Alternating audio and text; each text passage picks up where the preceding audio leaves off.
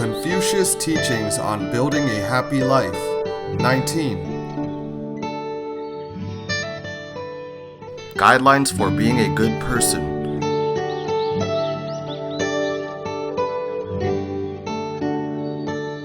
A foundation for Mahayana Buddhism practice.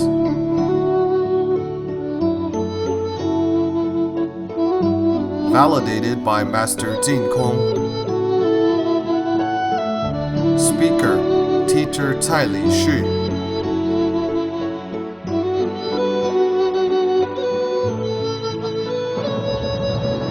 Elaborating Dizigui in detail. 19. Hello, my friends. Good afternoon to you all. As we mentioned this morning that when an elder is calling for someone, I will get that person for him. If that person is not around, I will put myself at the service of this elder. This action is very important and can be widely applied to the etiquette of receiving guests. Let's take a look at the family today. Do children know how to receive guests now? For example, a child was playing computer when his aunt came by. What would he do? He would bellow, "Mom, Auntie is here!" Is this the right manner? When he has formed this habit, he will become very negligent and frivolous, because entertainment is his primary concern, while respecting the elders becomes secondary. His respectful mind would gradually disappear over time.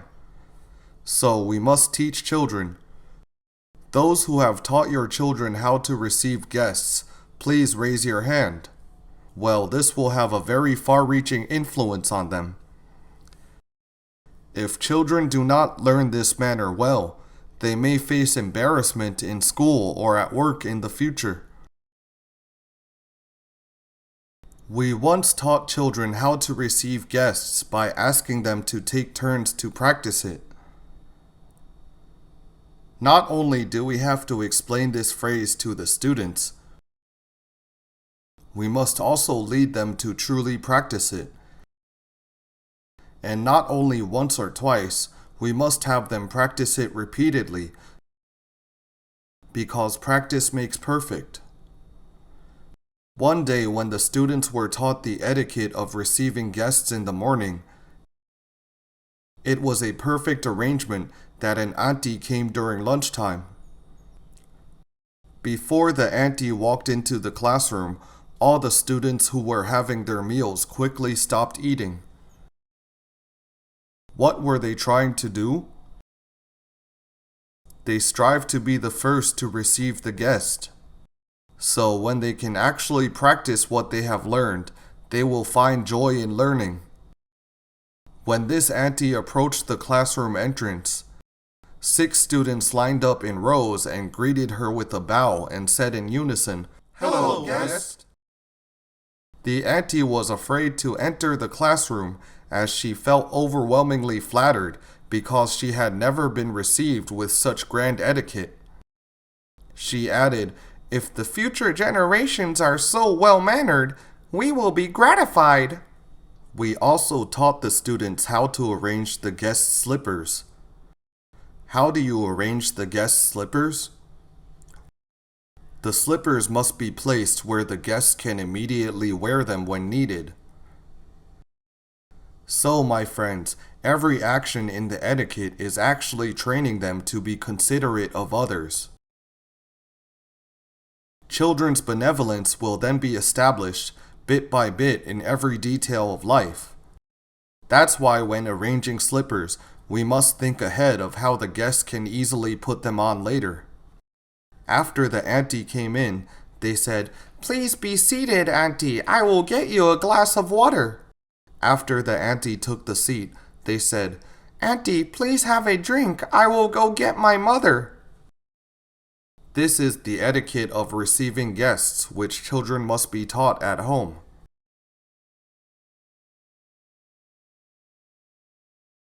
Next, at school, when the students saw the teacher of the class next door walk in, what would children nowadays do? They might stand still at their position, calling aloud, "Teacher, the next door teacher is looking for you." This is also not conforming to the courteous attitude. So we must also teach students that they must first tell the guest, "Teacher, please wait. Let me go get my teacher now." After reporting to their teacher, they should bring their teacher to the visiting teacher. This is completing a task from the beginning to the end. In fact, a child's patience and calmness would be developed and nurtured in the process of practicing etiquette.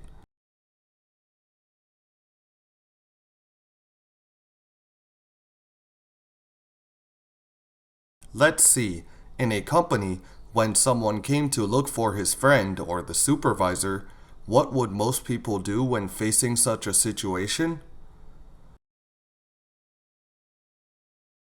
For example, the guest is looking for the manager who may be in a meeting. Can you say to him, "The manager is inside there"? Is this correct? If this guest knocked on the door and found that they are having a meeting, what would happen? It will be very awkward and embarrassing. As they were halfway through the meeting, they would not know whether they should continue or end the meeting to receive the guest. This is discourtesy. What if the supervisor was to investigate who was the one receiving the guest? If this happened repeatedly, that employee might not be able to keep his job due to his incompetence and messing up things. When encountering such a situation, one should first invite the guest to take a seat, then get a glass of water for him. After giving the water, he should say, "Please wait, I will go check with my manager to see if he is available." After seeing the manager is having a meeting, he should ask for the manager's instructions. If the meeting still needs another 10 or 20 minutes, he should go back to tell the guest and let him mentally prepare. When we can always abide by etiquette, we would let people feel very comfortable. This etiquette of receiving guests is not only applicable at home, in schools, and enterprises. It is even needed in government offices. And whom are mostly received in government organizations? Many of them are very important men from all over the world or their own country. If the civil servants working in government units do not comply with the etiquette, the country's bad reputation may be spread abroad, and it would also make their own people lose confidence in the government. So etiquette is indeed very important. That is why Confucius said, "If you do not learn etiquette, you will not have a foothold in society." This means it will be difficult for you to fit in with society and groups. Therefore, this phrase can be interpreted as the etiquette of receiving guests. Let's read the next phrase. When I address an elder, I should not call him by his given name. In front of elders, I must not show off. If I meet an elder I know on the street, I will promptly clasp my hands and greet him with a bow. If he does not speak to me, I will step back and respectfully stand aside. Should I be riding a horse or riding in a carriage and spot an elder I know walking, I will get off to greet him and wait until the elder disappears from my sight. When addressing an elder, don't call his name directly. This is actually a gesture of respect.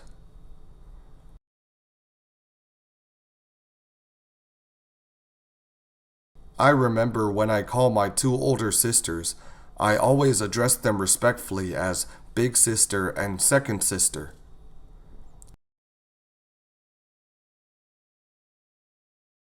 Sometimes a friend or classmate asks me, "What are your sister's names?" When I told them my sister's names, I felt very uncomfortable, as if I had been a bit disrespectful of them. So do not underestimate this kind of addressing. The more you call your siblings sister or brother, the closer your bonds will be. It is through this polite addressing that people become more and more intimate. For instance, if we were to directly address our spouse with their full name, the atmosphere would become indifferent or even become strained after a while. So when addressing the elders, we should also call them uncle or auntie.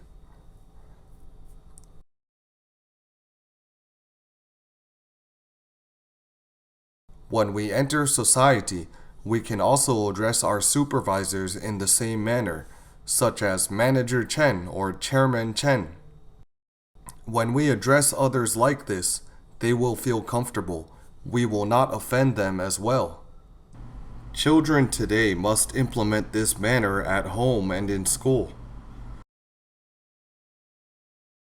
Among colleagues, just like us teachers, we must not directly address a teacher with his/her given name in front of students, because that is not a respectful way. What is the best way to address teachers? We should address them by their last name, such as Teacher Chen, Teacher Tsai. This is also demonstrating to children the right way to address others. Though we adults can call each other in an intimate way, children have to learn a humble and respectful manner from an early age. As teachers, we must pay attention to these details. This is about when I address an elder, I should not call him by his given name. Nowadays, the trend of Westerners calling parents by their given name is gradually affecting Eastern society. Many people think that the grass is greener in the West, so they have asked their children to call them by their given names after reading some Western books. After being called that way for a few years, they realized it is wrong only after learning Dizigui and Haikou from my classes. But it was difficult to rectify their children, since they had been talking to parents on an equal footing. Designations are meant to form the attitude of differentiating seniority and social ranks. This etiquette must not be abolished. Let's see the next phrase. In front of elders, I must not show off. We mentioned in the morning when children want to improve their skills and talents, we must guide them to understand the purpose of acquiring talents. What is the objective of learning so many talents? My friends, why did you let your children learn so many talents? This attitude is very important because your objective will lead your children towards this direction in the future. I had a 6th grader who took 4 subjects of tutoring classes. I thought that she definitely did not need so many tutoring classes as long as she paid close attention in school.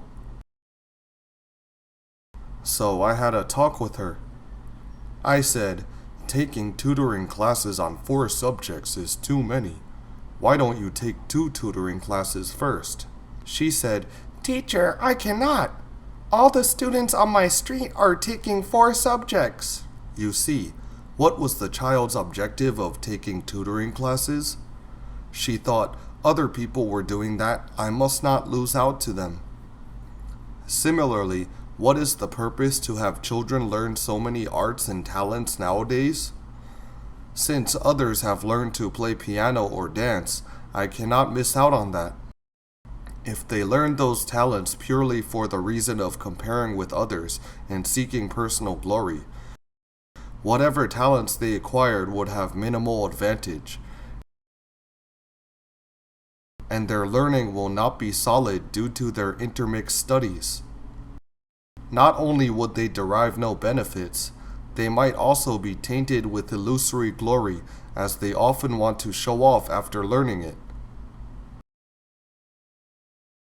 So parents' attitude is absolutely vital. We also mentioned in the morning, if they learned arts, we should guide them to set an aspiration. After learning, it must be able to benefit the people. As the saying goes, our society and country are one entity where everyone should help each other. Everyone should contribute their abilities and talents to benefit the groups. We help them to see many artists in the past, such as the composer Mr. Lixu, whose songs still have a positive influence on people's temperament. So if they want to learn music, they should emulate Mr. Li in setting a lofty aspiration. As Confucius said, "There is nothing better than music to transform prevailing customs and reform society." Therefore, one must aspire to use music to improve the social value and vibe. When we guide them to set an aspiration, I believe their learning would surely be different from others. When acquiring the talents purely for bragging, this child would surely run into bottlenecks that he could not break through. It is because he would keep worrying about personal gains and losses when he likes to compare with others. Consequently, he would become seriously emotional and would not be able to make further progress. But when he has an aspiration, he will keep encouraging himself to move forward. So aspiration has already determined the key to success or failure. Zhu Lu's maxims for managing the family states that the purpose of studying is to become saints and sages. People today study for what reason? For making money. Therefore, people find studying so painful and frustrating when they do not perform well in their examinations. They have set the wrong objectives. Likewise, what do many people who study art set their aspirations on? Since they have wrongly targeted their goal, it is impossible for them to keep improving their skills. We must grasp the foundation of learning talents. What was Mr. Fan Zhongyan's purpose of studying? He wanted to grasp an opportunity to serve the people. Comparing his mindset with those who study solely for seeking fame, would they achieve the same result in learning? Definitely not. As education lies in making a cautious start, we must also adhere to proper concepts when guiding children in talents and skills. Educating children to not show off their talents is to develop their humble attitude. According to the Book of Changes, all 6 divination symbols of the humility hexagram connote auspiciousness. The Book of Documents also says, "Complacence incurs loss, while humility brings benefits." In all the 64 hexagrams in the Book of Changes, each hexagram has a mixture of fortune and misfortune, except the humility hexagram, where all the 6 divination symbols signify auspiciousness. So a child practicing humility can receive benefits in every aspect. Liaofan's 4 lessons imparts 4 very important philosophies for life. In its 4th chapter, it describes the benefits of humility. Mr. Ren Liaofan had participated in the imperial examination several times.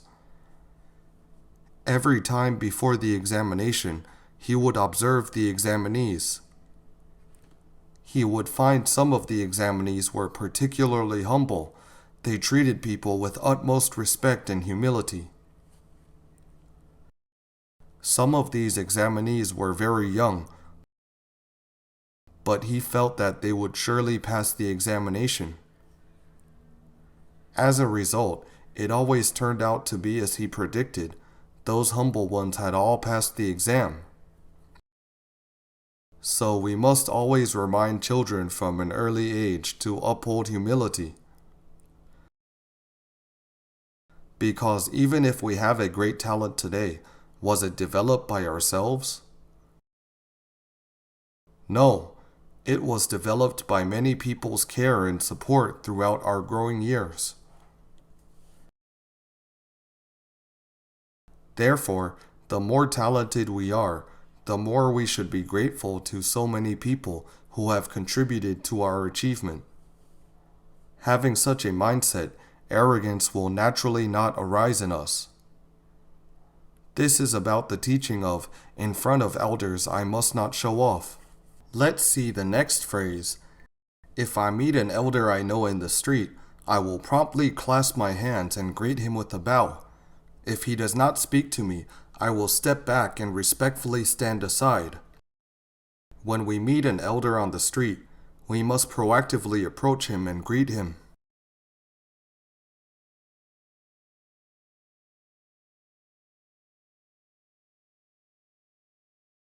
I once heard my mother say that some of her former students who met her on the street avoid her immediately without greeting her.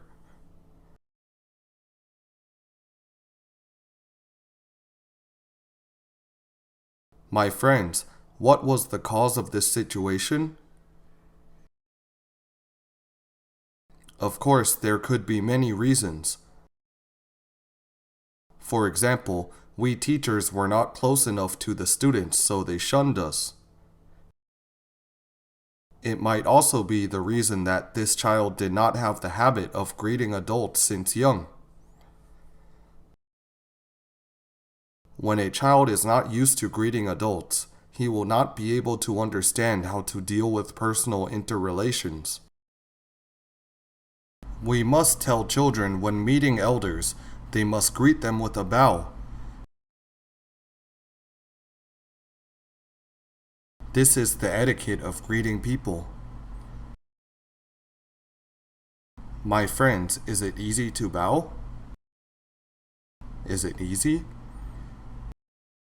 Nowadays, when I ask you to give someone a 90-degree bow, many of you might not be used to it. There is a kindergarten in Shenzhen where the students were trained to bow for almost 1 to 2 months. The children are still bowing because they want children to internalize this action to become their respectful mind. There is one child whose mother has 3 sisters, while his father has 4 siblings. He is the only child in the extended family because all of his uncles and aunts have no children.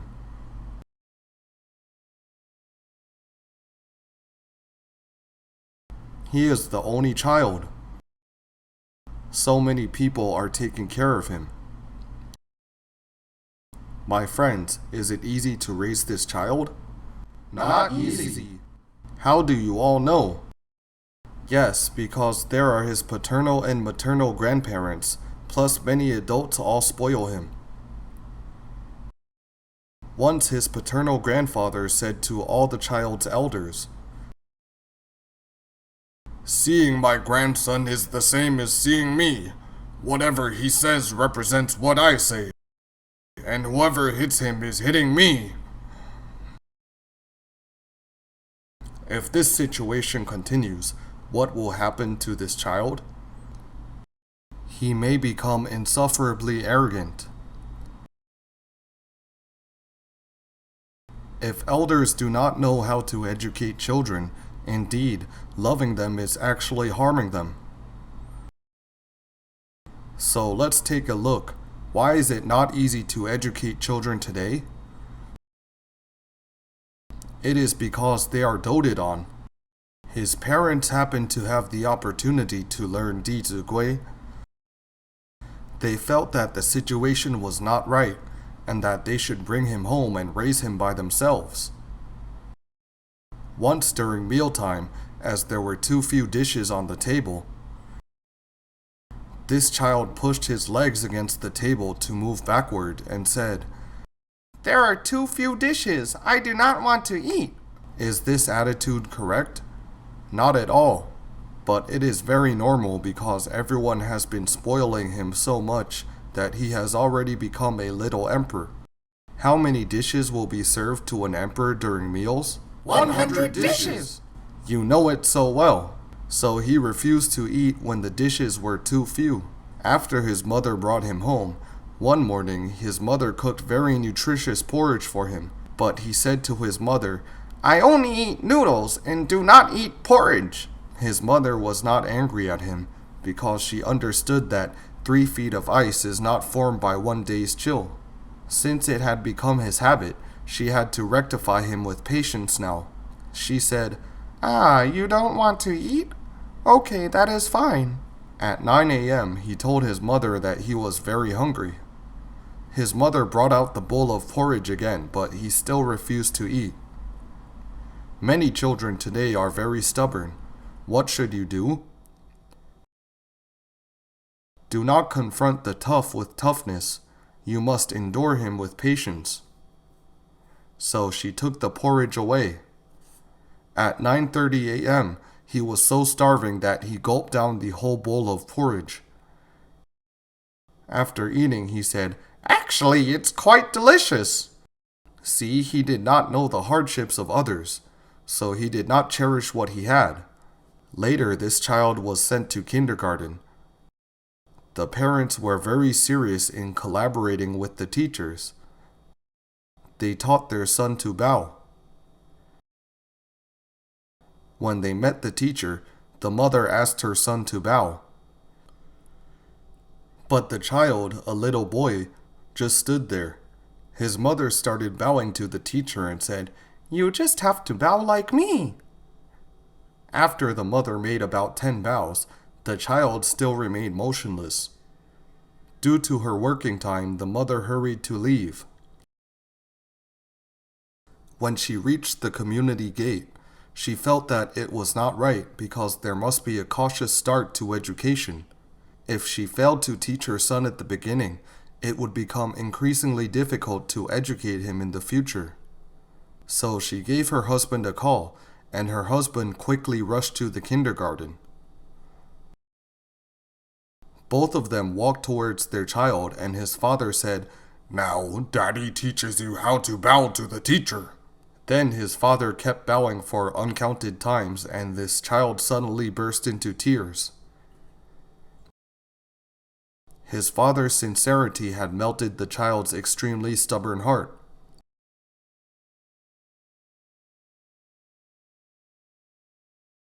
The child finally gave the teacher a bow on the spot. When he could make that bow, it would not be difficult for him to do so in the future. In order to have children properly educated, the coordination between teachers and parents is indeed extremely important. Luckily, this mother had very high sensitivity towards education. This child had been spoiled by so many adults, causing him to treat people with disrespect. So the mother had to subdue her son's arrogance in the hope that he would show respect to others. Every time when they exited the community gate, she would ask her son to greet the security guard.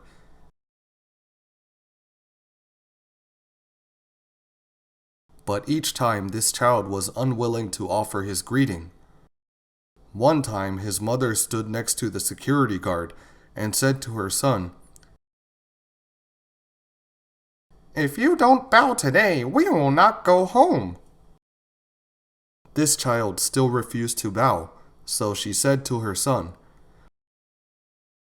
"From the country's leader to all the working people, everyone has made a contribution to society and deserves our respect. Being so young, you have to be taken care of by your parents, and there are many people serving you as well, so you should take the initiative to thank and greet this uncle." She disciplined her son in front of the security officer. When this child was able to imprint this principle in his mind and could give elders a bow, I believe the respectful attitude he established would benefit him endlessly for life. For the etiquette of meeting elders, we can make a bow. What about between adults of the same generation?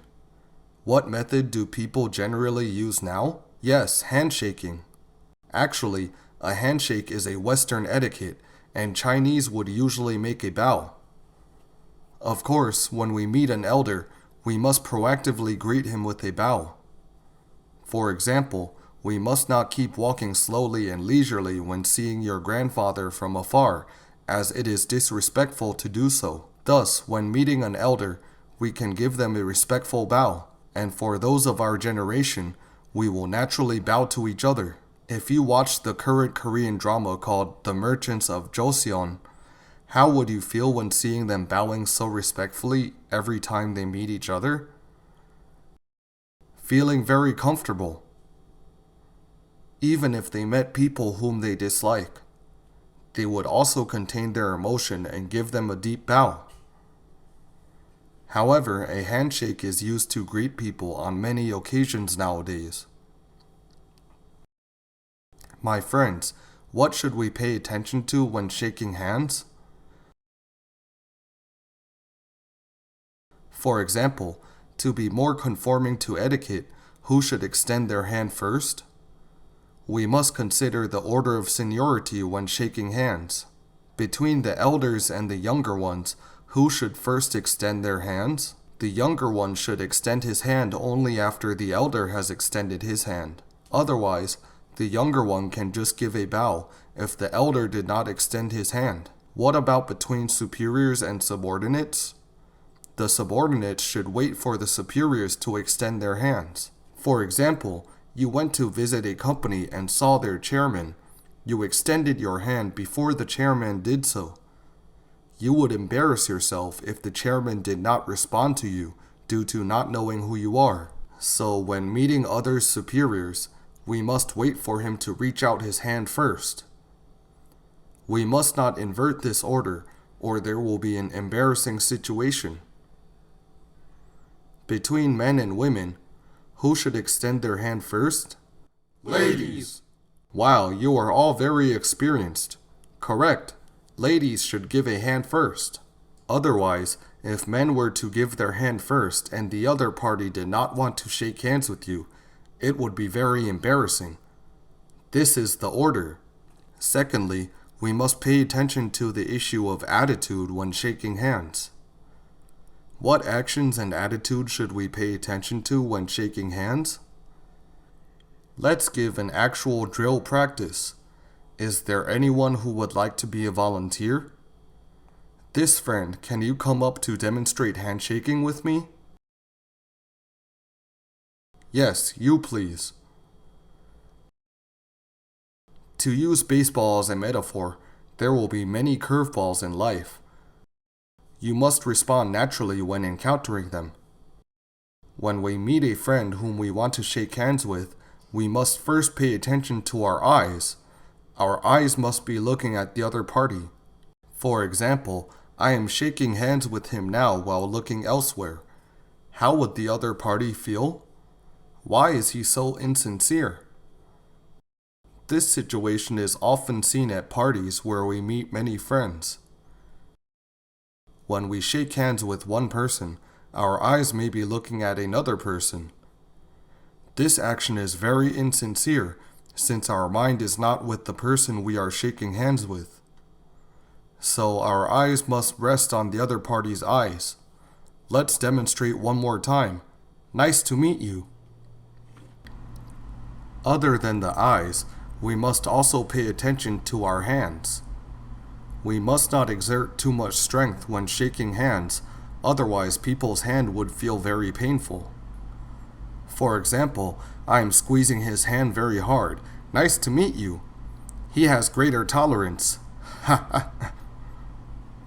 So when shaking hands, we should also mind our hand strength.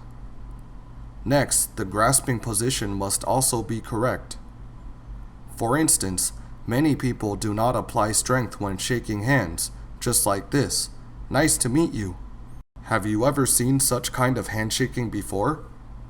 Just like a bad occupational habit, they merely touch the other party's hand, which is also insincere. We should grasp the other's hand at about this position. Right, this is good. Furthermore, we must pay attention to the length of the time of our handshaking. It must not be too long. If you were to shake like this, the other party would be wondering when you want to release his hand. This is especially so when we men meet pretty ladies. We must not make a mistake in this respect. When we are always mindful of these aspects, others would be happy to shake hands with us. All right, thank you very much. Let's give him a round of applause. In shaking hands, we must always make people feel very comfortable. After handshaking, there must be mutual introductions. The order of introduction is coincidentally the reverse order of handshaking.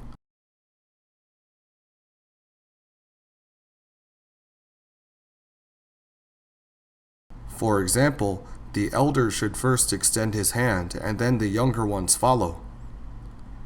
When it comes to introducing each other, the younger ones, subordinates, and men should first be introduced to the elders, superiors, and ladies respectively. It happens to be the opposite order to handshaking. Actually, even though this is an etiquette, it follows natural logic and sense.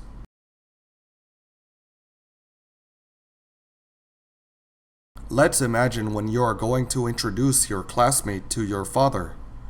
Would you hold your father's hand and say, "Dad, let's go there and get to know my classmate"? How does this make you feel? Very strange, right? So propriety is actually a natural order. How can you bring an elder to someone who may be much shorter than him? Wouldn't that be very odd? The chapter of The Record of Music in the Book of Rites mentions, "Propriety reflects the natural law and order of heaven and earth." It is the law and order of nature. This is what we must pay attention to when it comes to making introductions. In the process of introduction, it is also very possible that others will hand you a business card. We must also pay attention to giving and receiving business cards. How do you hand business cards to others? Don't take out the holder containing your business cards and give them to people one by one with only one hand. If you do so, how will others feel? You are not very respectful to them. When a person disrespects others, he is actually not respecting himself. As an old adage describes, this is inviting humiliation to oneself. Disrespecting others is indeed bringing disgrace to ourselves. The business card represents you. How can you hand over the card so casually? You should take out only one card at a time and use both hands to present it to others. When you hand over the cards, which side of the card should be facing them? The side where he can immediately read your name when he receives the card. If you reverse it, he must turn the card around in order to read it. This detail reveals your constant consideration of others. When you receive the card, you must take a look at it first. As Dizigui teaches us, when I address an elder, I should not call him by his given name. This is not only applicable to the elders, but also to the interactions with others. If he is a general manager or a supervisor, we can show our respect by addressing them with their designated titles. They will be delighted to hear that, so we must first look at their surnames carefully. For instance, if his surname is Chen, you can say, "Hello, Mr. Chen." If you do not pay attention to his surname when receiving the card, and check it during conversation after sitting down, that will be completely embarrassing and odd. After taking the card, where should you place it? You should take out your wallet and put it inside. Many people would place it directly on the dining table. If the soup were to drip on the card during the meal, the other party would be displeased when seeing his card being spoiled. Would he do business with you or collaborate with you? He would have a negative impression of you because you have treated his business card so disrespectfully.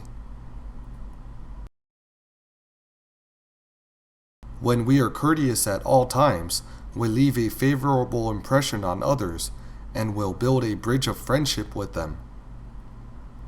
So we cannot overlook the etiquette of meeting. From the beginning, we have mentioned about the etiquette of receiving guests. Now let's talk about the etiquette during the meeting. If I meet an elder I know on the street, I will promptly clasp my hands and greet him with a bow. If he does not speak to me, I will step back and respectfully stand aside. Let's say we have approached the elder and greeted him. If he had nothing to say to us, we could then leave after him. This is, if the elder does not speak to me, I will step back and respectfully stand aside. When I was in college, I rarely had the opportunity to go home. I went home only a few times in a semester. When I entered the house and saw my parents, this is meeting elders, I would call, "Dad, Mom." When going home, many college students would only interact with their parents for a short while, as if dipping food in soy sauce. They were even busier than when in school. What were they busy with? They went to hang out with a lot of friends. Is there such a situation? You see, parents have been eagerly waiting for us to return home, and they might have a lot of words to say to us. Yet we have all neglected our parents' and elders' feelings. I have done this before as well, so we must confess and repent sincerely. We should quickly go over to talk to our parents after greeting them and putting down our luggage.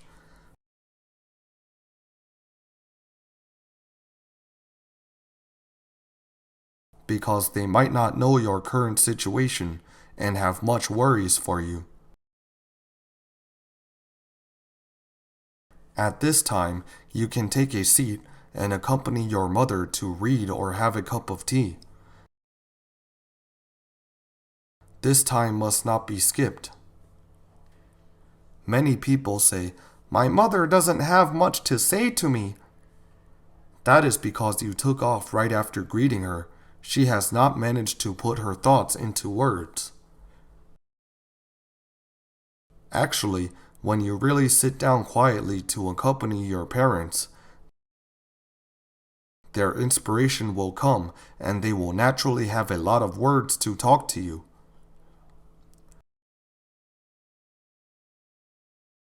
So we must also be patient when talking to elders.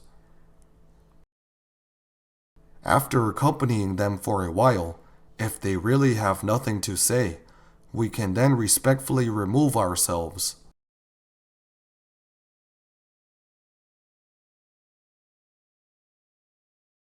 I remember when I first returned from Haikou, where I taught traditional Chinese culture. I went to see my paternal grandfather that afternoon and came back to my parents' house at night. Since I had not really chatted with my parents for over 4 months, I immediately let go of all matters and had a chat with my parents first. Our conversation lasted 2 to 3 hours. During the conversation, I reported to them in detail about my life and work, so that they could rest assured in everything I did in Haiko. I remember the first time I reported to my father, he was in tears 3 times.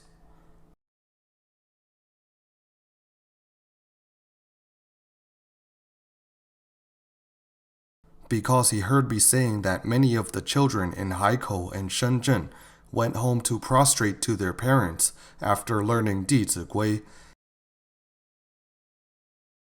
He could not help but be moved to tears.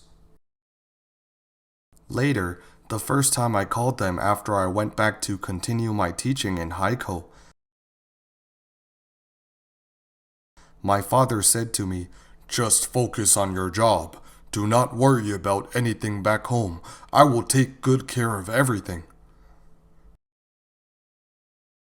Look, my father even rendered me peace of mind, hoping that I would work without any worries. I remember telling him that there was a student in Haiko whose teacher had been seriously teaching them Dizigui. When he returned home for Chinese New Year, he wanted to prostrate to his parents to express his gratitude for their care throughout the year.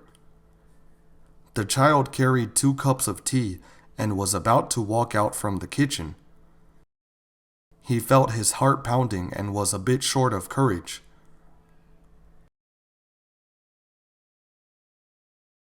Before he walked out, some guests happened to come visit them. This made him even more hesitant to proceed. With some guests there, he felt more and more uncomfortable to do it. But he plucked up his courage and thought, Since my teacher has taught us to do so, I must do it conscientiously. He opened the door and walked straight towards his parents and suddenly knelt down. All the relatives were chit-chatting but lapsed into total silence as soon as the child fell to his knees. I wonder what power it was.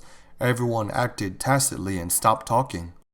Then this child said, Thank you, Dad, thank you, Mom, for the kindness in nurturing and educating me throughout the years. In this beginning of the year, I wish you good health and longevity. He then made 3 prostrations to his parents. As a result, everyone there was deeply moved. Look, this child was also influencing the adults. When this child returned to school, he wrote an article. He said that he was very nervous when he wanted to thank his parents. But as soon as he went down on his knees, he suddenly felt his mind become very clear. So taking the first step is more difficult, but as long as you can bravely take the first move, you will do better in the future. The next phrase is, should I be riding a horse or riding in a carriage and spot an elder I know walking, I will get off to greet him and wait until the elder disappears from my sight. This describes the ancient etiquette of riding on a horse or carriage. When we meet an elder while riding a horse, we should immediately dismount. Because when you were sitting on a horse and saw your grandfather walking, if you were to greet him from a higher position like this, Hello, Grandpa! It would be very disrespectful. So you must quickly get off. Or if you were riding in a carriage, you must also get out to give him a respectful bow. To apply this principle extensively, for instance, you are busy typing on the computer and an elder comes, what should you do first? You should stop typing and greet the elder first. We should not lose our respectful mind at any time in any place. But if you were driving on the highway and suddenly saw your uncle driving next to you,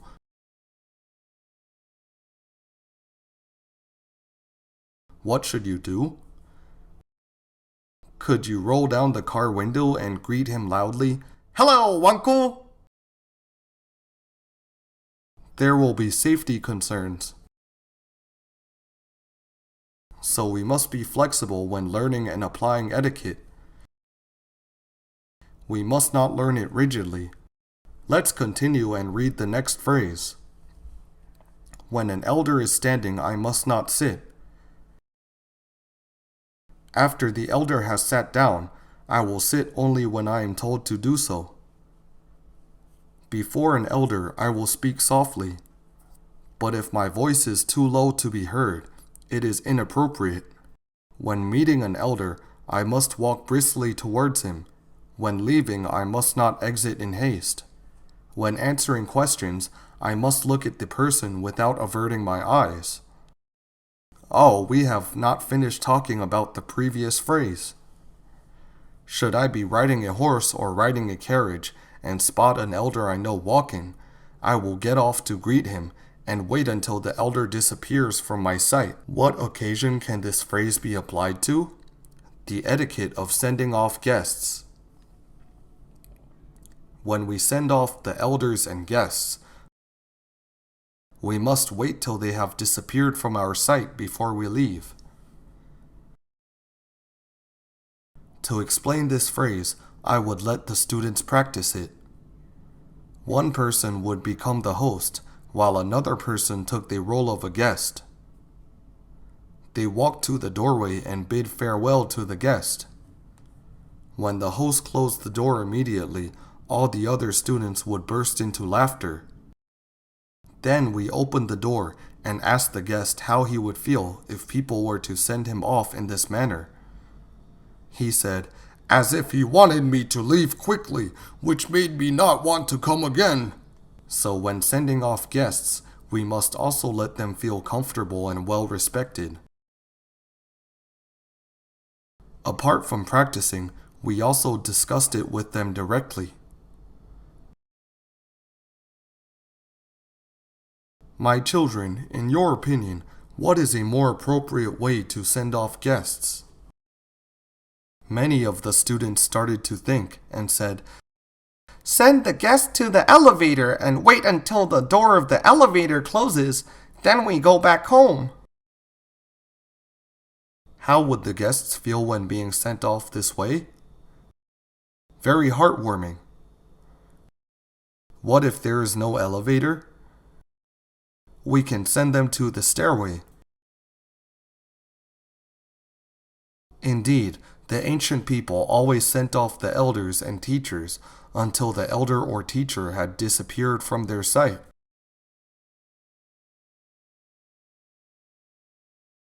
They waited for the teachers or elders to turn the corner, disappearing from their sight. Only then would they leave. When I went to Australia to attend the lessons, I practiced this right after learning it. After our teacher had finished giving lectures at night, we all sent him off together. I would stand there waiting until the teacher had entered his room. I then left.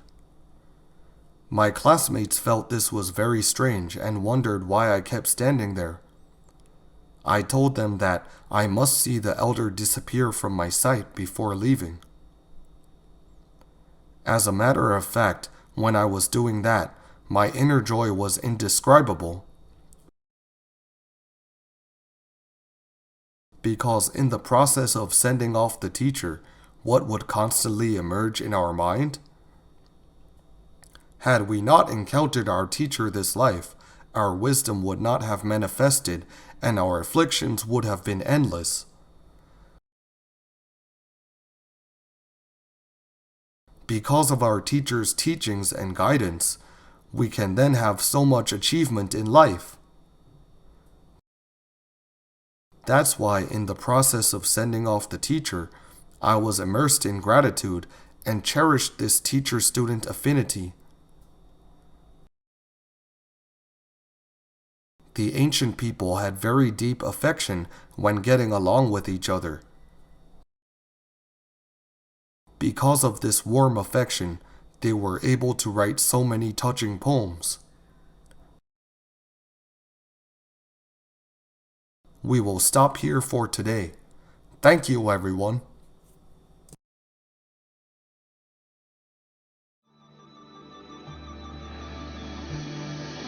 For MP3 and full transcripts, please visit mahayanapureland.org. No copyright. Welcome to Circulate. Infinite merits to propagate. Filial to parents, respect to teachers. See you again.